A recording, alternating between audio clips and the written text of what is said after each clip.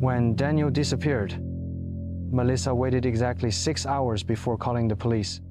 Not 5, not 8, 6. She later said she was trying not to overreact, but the officer who took the report wrote something different in his notes. Wife appears calm, too calm. Melissa was 38, accountant, organized, structured, predictable. She and Daniel had been married 11 years. No children, quiet neighborhood, no visible drama. When she reported him missing, she said he left for work at 8:12 a.m. Blue shirt, gray tie, black shoes. She remembered the time precisely, because she always does. Police contacted his office. Daniel hadn't worked there in 7 months. Melissa insisted there was a mistake. She showed them text messages from him complaining about meetings, emails about deadlines, calendar entries, all documented, except none of the phone numbers matched the real company. And the building she believed he worked in had been vacant for over a year. When confronted, Melissa froze, not panicked, not defensive, confused. She said, "That's impossible. He leaves every morning." The detective asked a simple question. "Has anyone else seen him leave?" She opened her mouth, paused, closed it again. Neighbors were interviewed. No one remembered Daniel, not clearly.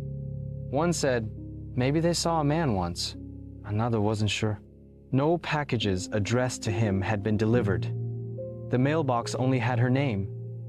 Bank accounts? Joint account closed 3 years ago. Only hers active. Health insurance? Single policy. Tax returns? Filed individually. Melissa provided photos, wedding pictures, vacation pictures, anniversary dinners. Every image showed her alone, smiling at empty space. In some photos, her arm was positioned as if someone stood beside her, but no one was there. Digital forensics confirmed. No editing, no removal, no glitch, just absence. Her sister mentioned something during questioning. There was a miscarriage years ago. Melissa never talked about it. The therapist she briefly saw after the miscarriage described her as emotionally dissociated, avoidant of grief, prone to imaginative coping. Imaginative coping. The phrase lingers. Melissa begins doubting small things. She checks closets, finds men's shirts, receipts for 2 meals, toothbrush beside hers. But when police test the toothbrush, no second DNA. The shirts, all purchased under her credit card, different sizes, different brands, all bought over years. Security cameras from a gas station show her car. Driver's seat occupied, passenger seat empty. Yet she's clearly speaking to someone, turning her head, laughing, pausing as if listening. Detectives start considering psychological factors. Dissociative disorder, prolonged grief reaction, fabricated spousal construct. Melissa insists he was real.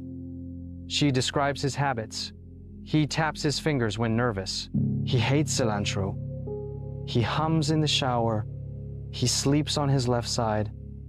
Details too specific to invent, aren't they? Phone records show thousands of messages between her number and her own number. Scheduled texts, auto-sent responses, emails created from alternate accounts for 11 years, meticulously maintained. Anniversary reminders, arguments, apologies, support, even jealousy. She built conversations with someone who never replied manually, all scripted, all scheduled, all archived. When confronted with evidence, Melissa breaks. Not hysterically, quietly. She whispers, He stayed. Detective, who stayed? She looks at the empty chair beside her. Daniel. Through therapy, a possible timeline emerges. After the miscarriage, her marriage deteriorated. Daniel left. No dramatic exit, just distance. Then divorce. She never told anyone. She told herself it was temporary, and somewhere between grief and denial, she rewrote reality. First as coping, then as habit, then as truth. She maintained his existence digitally, recreated arguments to justify emotional shifts, invented reconciliation, invented anniversaries, invented forgiveness. Eventually, even she believed it. There is one inconsistency. A hospital record from 4 years ago. Emergency contact listed as Daniel Moore. Signature provided, not hers. Handwriting analysis inconclusive. Security footage from the hospital that night corrupted. The lead detective closes the case as a psychological episode. No missing person, no crime, just untreated trauma. But he keeps a copy of that hospital form because sometimes Melissa still looks at empty spaces when she speaks, and sometimes she pauses as if someone interrupted her. Months later, Melissa moves out, sells the house. During renovations, contractors find something inside a wall, a wallet. Old, dust-covered. Inside, driver's license. Name, Daniel Moore. Expired 8 years ago.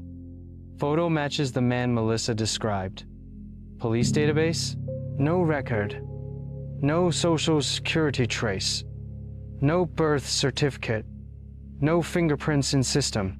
It's as if he existed physically, but nowhere officially. Melissa is never charged, never hospitalized, never institutionalized. She continues therapy.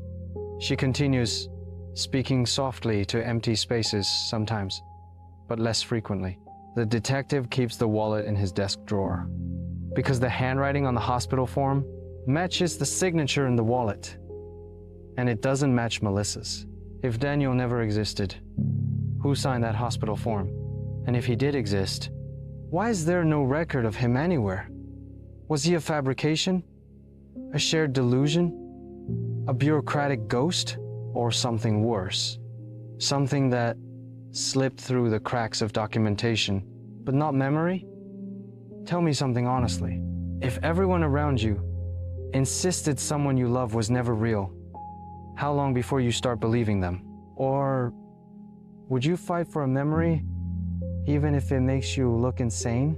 If you're drawn to dark psychological stories that leave you questioning reality itself, subscribe to the channel.